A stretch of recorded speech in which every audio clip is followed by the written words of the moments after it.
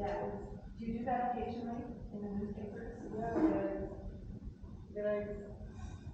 Does it happen once a month? Once a week?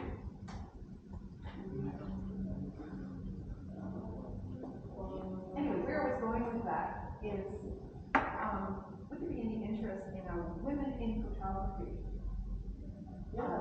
page? You know, where you could invite some women photographers to show their work.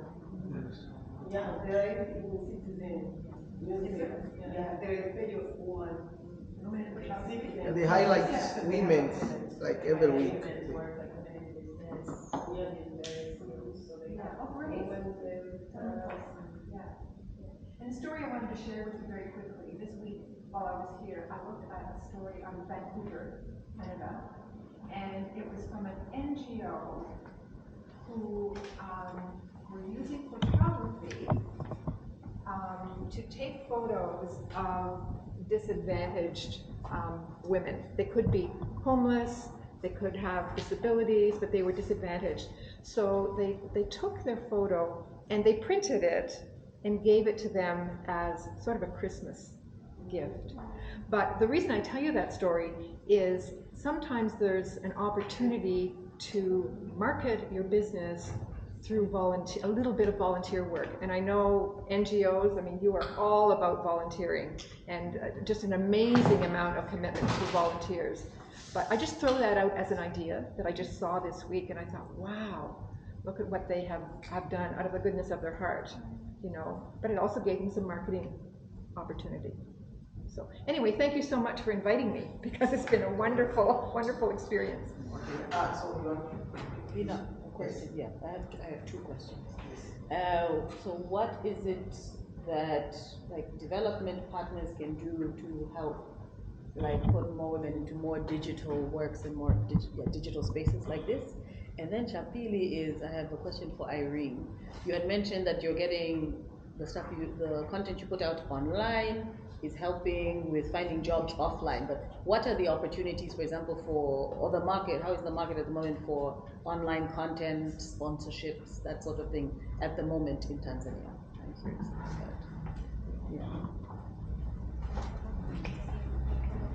Okay. So atajibu swali alafu kaka ulinyosha mkono.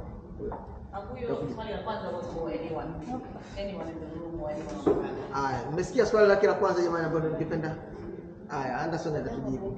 Anaomba urudie Anderson swali lako la kwanza. I was asking what are some of the things that development partners can do in order to help get more women into more like digital workspaces, so digital photography, just digital. Okay. Zanif. I agree to some extent with journalism addition to photography, because we are not expecting to definitely get, I mean, as a photographer, I can't tell somebody, no, you know, I don't do that job. I'm not a development photographer. I am just a portrait photographer. Now, that is limiting my ability, especially if you are upcoming and entering this business or this field. So, if I get a job and I'm assigned to say, go to Kibaha and take images, when I submit those pictures, I need to narrate the story of what was happening there. Therefore, the journalism addition to this module would be of much better benefit to everybody. Not only that, and also to be able to translate a picture. You know, oh, I took this, but many times you mentioned that people come from a creative background. When you come from a creative background, yeah, it looks nice, but then how do I sell it? So in order to sell it, I need to put words into that picture. Oh, no, I wasn't saying that it was. No. I mean, I'm not. I'm just. My point is that some journalism aspects need to be combined with photography, and therefore you can even call yourself I'm a photojournalist. I mean, that was the point I was going to make, that, you know, for a development organization could assist in helping and adding on to the photography module as well as have a journalism or writing skills added to it. Asante. So nadhani pia kwa kuongezea hali swali lako liko pale pale. Nadhani pia kwenye development organization sasa hivi naona baadhi sana sana mashirika ya Umoja wa Mataifa yakitangaza kazi yanaandika kabisa pale kwamba tuna encourage watoto wa kike kuomba. So nadhani hiyo ni hatua moja kwanza, at least wanawa encourage wao kuomba. Kevin yuko hapa atatupa sababu yeye ni sehemu ya Yuna na wanatangazaga kazi, ila sijawahi kuona ya Yuna kama wameandika, sina kumbukumbu, lakini nimeona ya agency nyingine za Umoja wa Mataifa zinaandika kama UNDP, watasema kwamba tunatoa fursa hii, labda tunataka mpiga picha na awe na vigezo hivi na hivi na hivi, atafanya 1 2 3, tunaomba atume proposal yake mpaka taarifa, lakini wanaweka pale tuna encourage watoto wa kike au female women to kuomba. Nadhani hiyo ni hatua moja hapo ambao wameifanya, labda inabidi vifanyike zaidi. Kevin, labda unaweza kutupa make upo kwenye development, mnatakuwa nadhani kiweza tukafanya nini zaidi ili kuwapata watoto wa kike? Asante. Kiujumla sekta ya digitali inakuwa siku hadi siku na inazidi kuleta mapinduzi katika dunia yetu, inaongozwa na asilimia kubwa katika masuala ya teknolojia. Kwa hiyo na sekta ya digitali inazidi kukua siku hadi siku, lakini tunaona namna gani siku zinazozidi kwenda sekta ya digitali imekuwa ikitumika zaidi katika kutengeneza soko la ajira. Kwa tumehama tuna improve katika nchi kuingia katika tunaona namna gani sasa tunaibadilisha ile kwa katika soko la ajira katika kiasi kikubwa. Ni kweli sio kwamba wanawake siwezi kusema ni kikubwa sana, lakini kiasi kidogo wameachwa nyuma kidogo katika kuzipambania zile fursa mbalimbali ambazo awali zilikuwa zikiaminika ni fursa za wanaume. Zamani ilikuwa nadra kumkuta photographer wa kike. Lakini sasa dunia kwa sababu ya utandawazi, lakini pia kuona namna gani tunakuwa na usawa katika kila area, tunaona sasa hata photographer kama amekuwa ndio ikoona, na nafikiri ni wakati sasa kuona namna gani tunakuja na miradi mbalimbali ambayo inalenga kumuinua mwanamke katika sekta ya digitali. Kwa hiyo ni ubunifu wa miradi ambayo inaenda kumgusa moja kwa moja mwanamke. Bado ile morali ya wanawake kwa apply zile fursa za digitali imekuwa ni mdogo, maana unakuta katika matangazo wanazidi kuikai. Lakini mimi naamini kadri tunavyoendelea kubuni na kuja na miradi mbalimbali ya digitali ambayo inalenga moja kwa moja kumuinua mtoto wa kike, hiyo inasaidia sasa kuona watu wengi kusikimbilia zile fursa na kuwa normal. Na pia kipindi atakuwa tunawa encourage, itakuwa tuko normal. Encourage itakuwa kwa sababu maana wanawake katika competition watakuwa ni idadi ile wana compete katika zile nafasi. Lakini kwa jinsi tunavyoenda na mashirika mengi sasa yanaanza kugusa katika teknolojia, naona kuna miradi mingi zaidi. Kwa hiyo kadri tunavyoendelea naamini itafika siku moja kutakuwa kuna 50-50 katika sekta nzima ya digitali, kwa sababu hata wanawake wameona kuna fursa nyingi za kiuchumi kwenye ile area. Ndio maana hata legit kitoga application naamini zinakujaga nyingi kushinda hata target yenu mliweka, kwa sababu tayari mwamko na hali wameshaanza kujua kwamba hii ni fursa yetu sote. Sio kama wanaume wanapenda na yeye, naamini pia next time tutagusa na wanaume pia. Hata kama wamefikia ile idadi, lakini bado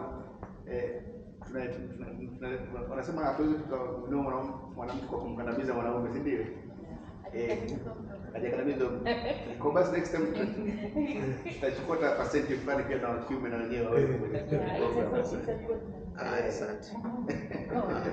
Sawa, takuja kwako. Kuna swali ulimuuliza hapa dada. Sio, unaweza kurudia kwa faida ya wengine pia bila pili. You're a social media content creator. What is the market like online at the moment, like monetization? I know you mentioned work that you get offline, but like online itself, what is the monetization? Since that the law, the Digital Security Act, there were a lot of content creators that weren't producing things when the law came out, and now it's slowly building. I just want to know what is the market like at the moment online.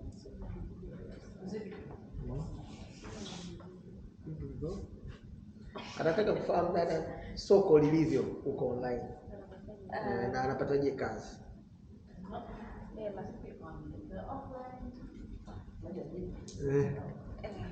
Soko bado ni gumu honestly.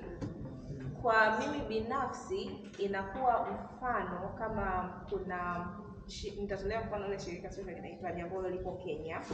Wao walikuwa wanatafuta content creators wa TikTok, Instagram, kwenye hizi mitandao ya kijamii.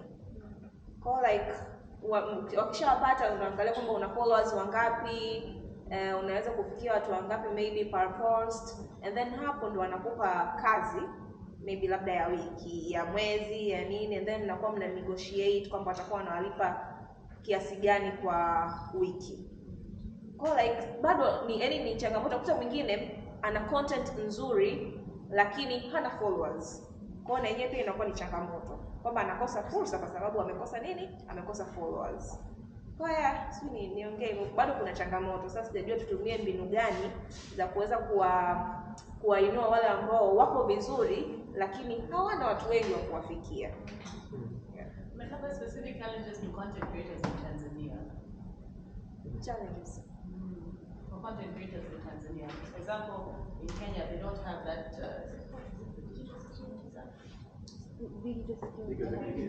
that one, they don't have it. So the level of content creation, I feel like it's different compared to in Tanzania. I don't know, there was a different track that we went on. So as soon as that law was created, everyone was on the same track, and then suddenly, I think content creators reduced in Tanzania.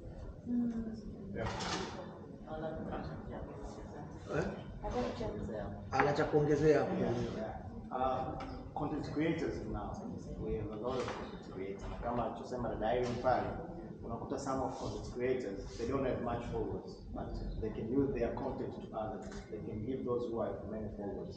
And then rules and regulation of our country strict something which kind of content creator to do more. If you want to go to tourism area, you can get a lot of documents to sign in order to get a permission to do something. So for us, there is a bit some things which restrict us to do more compared to Kenya. Nadhani kwa kuongezea pia, kwanza naweza nikasema hapa wote almost as long as you have smartphone na una post social media, wewe ni content creator, una create content. Tofauti ni kwamba labda wewe you don't do it kama you don't consider it kama ni business yako, kwa hiyo huko, kwa sababu kama you are posting, sisi tuna consume hiyo content yako, umeona. Hata kwenye WhatsApp siku hizi unajua wale wanapost mpaka vidoti inakuwa. Yaani una picha wale wote ni content creator, si ndio? Ni content. Kwa hiyo nadhani hiyo. Lakini nadhani kwenye anachoongea hapa kuhusu hizo rules na regulation ni kwamba somehow kuna changamoto kwamba nadhani watu wenye mamlaka sisi wanatu restrict,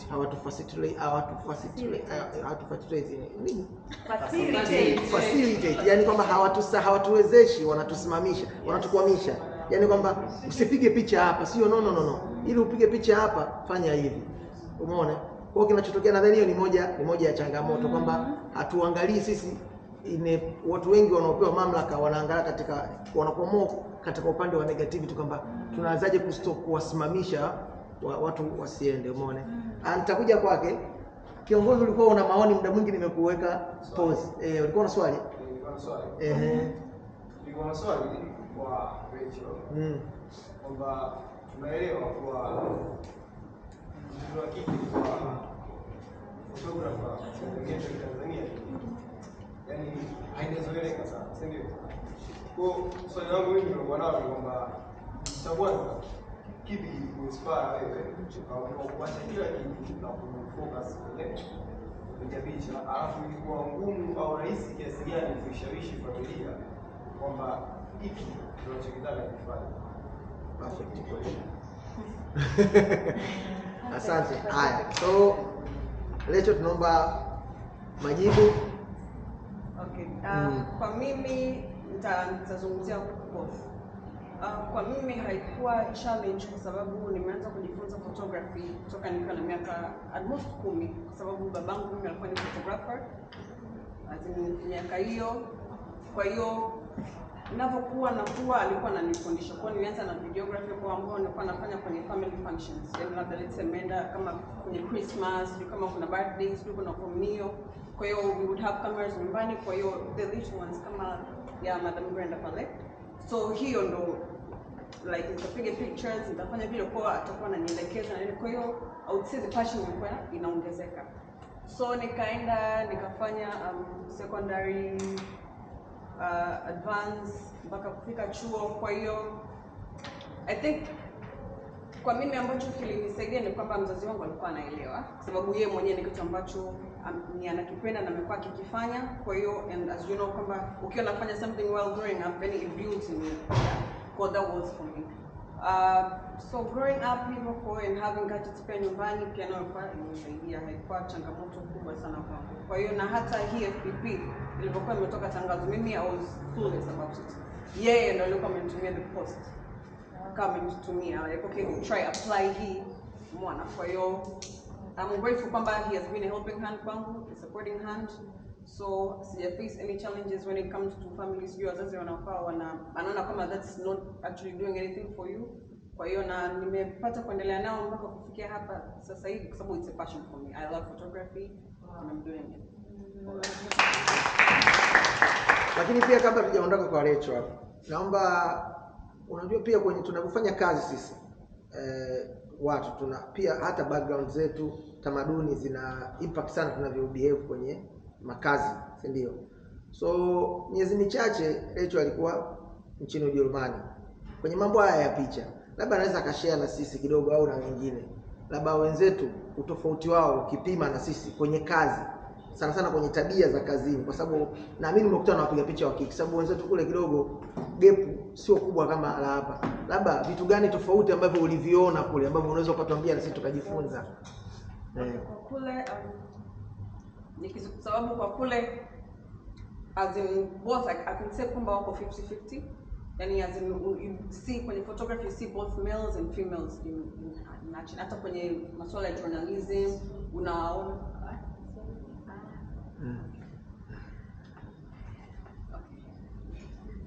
Mix. kwa nilikuwa ni Germany. Kwa kule experience ambayo nimepata kuona kwa photographers ni wako it's 50-50 naweza nikasema. As in unaona both wanaume na wanawake wakiwa kwenye sekta hiyo. Hata especially kwenye photojournalists pia wako wengi kwenye mambo ya photojournalists. Kwa hiyo na katika namna ya kufanya kazi naweza nikasema as much as naweza nikasema ni passion ambayo inakuwa ina drive. Ni passion kwa sababu as in kwamba sidhani kama wako ambao wanachukua photography kama kazi nyingine, kwa sababu photography nayo pia ukiachia mbali na ubunifu pia passion ni moja kati ya foundation nzuri ya wewe kuwa a good photographer. Kwa hiyo as in naweza nikasema ni ubunifu pamoja na passion ndio ambayo ina ni kweli kwamba wewe ukiwa kama mpiga picha, kupiga picha tu ni jambo moja, lakini inabidi uwe na msukumo wa ndani kwamba hichi kitu unakipenda. Na mara nyingi ukishakuwa na hiyo hali, kuna vitu vingi sana hautaviona hata kama changamoto. Utaviona tu kwamba ni sehemu ya kujifunza na kwenda mbele, kwamba sio changamoto. Kwa mfano labda umeambiwa njoo kuna discussion hapa kuhusu photography na namna ya kuchukua fursa za kidigitali. So mvua inanyesha bwana, mimi siendi. Lakini mwingine anasema no. Inabidi nifike pale. Hii mvua mimi nitalowana nikifika pale, au nitabeba nguo kwenye begi, nikifika pale nitabadilisha, nitashiriki, basi nitakuwa nimehudhuria. Kwa hiyo nadhani hicho ni kitu muhimu. Karibu Brenda. Yeah, just a very quick question. I'm just curious as to whether anybody has pursued or believes that there might be an opportunity for photographers in the book publishing industry. And I'm thinking, for example, with children's books. We have an author who's going to release a children's book. They may use an illustrator or they may use photography. Is there any experience with that? We print many children's books, so we have different authors coming and bringing the publications that they prepare. Unfortunately, many of these children's books, you find that they are not photographs, they are illustrated pictures.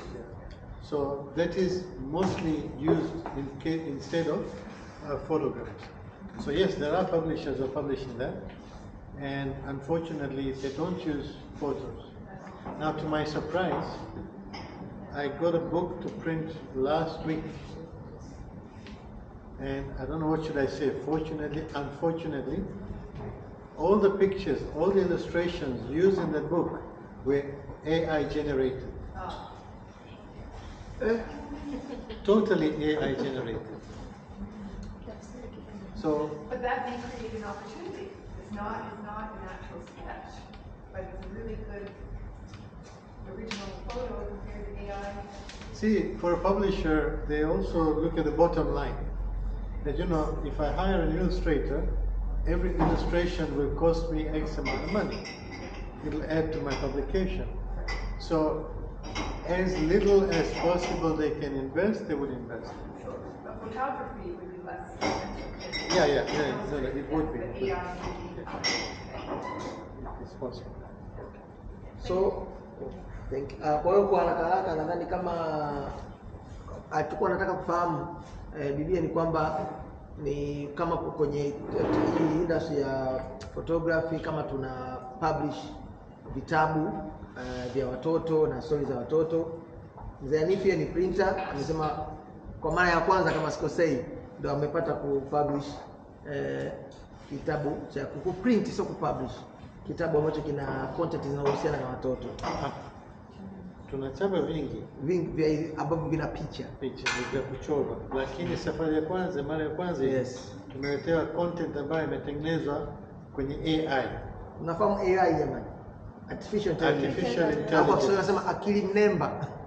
Ndio Kiswahili changu. Kwamba kompyuta au robot unaziamrisha zikutengenezee kitu. Kwamba naambia bwana nitengenezee picha, mpiga picha akiwa kwenye maji, anapiga picha jijini Dar es Salaam akiwa mafuriko, kamera yake iwe imekaa hivi, kompyuta inakutengenezea hiyo picha. Sasa hivi nadhani mnaziona nyingi, naona watu wanapost kwenye.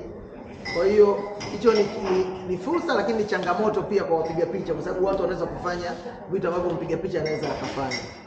Photoshop ambayo ni program maarufu sana, inatumika kwa ajili ya kuedit picha. Sasa hivi version ya sasa hivi unachagua shati ya mtu, unasema hii shati ibadilike, inakubadilishia. Au hapa nataka asimame mtoto jirani ya huyu, kaboboni ya huyu mtu, itamweka mtoto pale. Inakupa picha 3 za mtoto, katika zile 3 unachagua ipi umependa iwekwe pale. Sasa jamani, muda wetu sio rafiki. Nakumbuka ulikuwa unataka kuongea. Bado unataka fursa? Yeah, of course. Haraka sana sababu ya muda. Wow, yeah, of course kwa upande wangu vitu vingi vilivyoongelewa ni vitu vizuri na vinajenga kwa kweli. Kitu ambacho mimi nilitaka kusisitiza ni kwa upande tu hasa wa ladies joint kwa mabinti, tunawawezesha katika upigaji picha, lakini pia tuangalie pia sana kwenye eneo la confidence. Ukiangalia wengi bado confidence yao iko chini. Mpiga picha sio kupiga tu picha. Ili picha yako iwe nzuri ni pamoja na confidence ulionayo. Confidence ya kusimama na kuzungumza hata mbele za watu na watu wakakuamini, kwa sababu mtu ili aweze kukuamini anaangalia, tunasema first impression. Ili mimi niamini utanipigia picha zangu nzuri, kama nikiongea tu na wewe unainama chini, naanza kupata wasiwasi kidogo, hivi picha hizo kweli zitatoka vizuri kwenye hii na kweli kabisa na birthday ya mwanangu au na kipaimara au na harusi nikimkabidhi zitatoka kweli hapo. Kwa hiyo bado tunayo kazi nadhani Francisca, hasa ya kuhakikisha kwamba tunapoenda kuwafanya wanapo graduate katika masomo ya upigaji picha, pia wao wamegraduate pia katika masomo ya kujiamini, lakini pia being professional. Wanasema kuna kipengele kinaitwa employability skill training. Nadhani pia tunaweza kuzungumza, nimewahi kutrain vijana wengi sana kuhusiana na kujiamini na kwenda kutake the job. So hilo ni eneo muhimu sana kwa vijana kujifunza being profession out of profession. Naweza kusema yes, unajua kupiga picha yes, lakini how profession you are katika upigaji picha wako. Sio profession ya upigaji picha, but profession ya wewe kama kijana, your behavior, siji presence yako na vitu kama hivyo, ili viweze kukusaidia kumove on. Yeah. Asante. Kwanza ongereni kwa mjadala mzuri, lakini napenda kuchangia kwenye swala la awareness creation. Wengi mlizungumzia changamoto ya hawa wapiga picha kutokubalika kwenye jamii, lakini pia jamii lazima ipate awareness kupitia njia mbalimbali. Mfano Rehema, yeah, kama Rachel akiweza kuwezeshwa kwenda labda Miladari akafanya interview, akasema story yake, itakuwa na impact kwa youth wengi na kwa jamii kwa ujumla. Hata wazazi wataanza kuona kwamba hichi kitu kinawezekana kwa mtoto wa kike, na kweli hii ni kazi ambayo mtoto wa kike anaweza kufanya. Lakini pia jamii itakuwa inaamini zaidi wapiga picha wa kike, na sehemu mbalimbali mashuleni tunakuwa na career day, ni sehemu ambazo wapiga picha wa kike wanaweza kwenda. Kwa hiyo awareness kama tunapofanya kazi kuwawezesha wapiga picha wa kike, lakini na kwenye jamii pia lazima tufanye kazi ya kutengeneza awareness.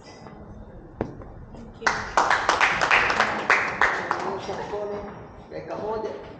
Mimi nilikuwa na swali kwa akili ya kazi zao wanazofanya, kwamba photography sijui ikoje, kwamba mtu akiwa na kazi zake labda anapiga picha, ana picha zake, mtu akizitumia bila ridhaa yake, kama kuna akaunti zote ambazo huwa zinachukuliwa. Lakini pia kwa kupitia mradi huu wa Shika hizo hizo na hawa wanafunzi ambao mnakuwa nao, mnachukua hatua gani kwenye kuwapa hiyo knowledge sasa, ajue kwamba ana kazi zake, hizi kazi ni za kwake, na yeye ndio mmiliki halali, na ikitokea labda na mtu mwingine, kuna hatua huwa zinachukuliwa. Akakusubiri nimeeleweka?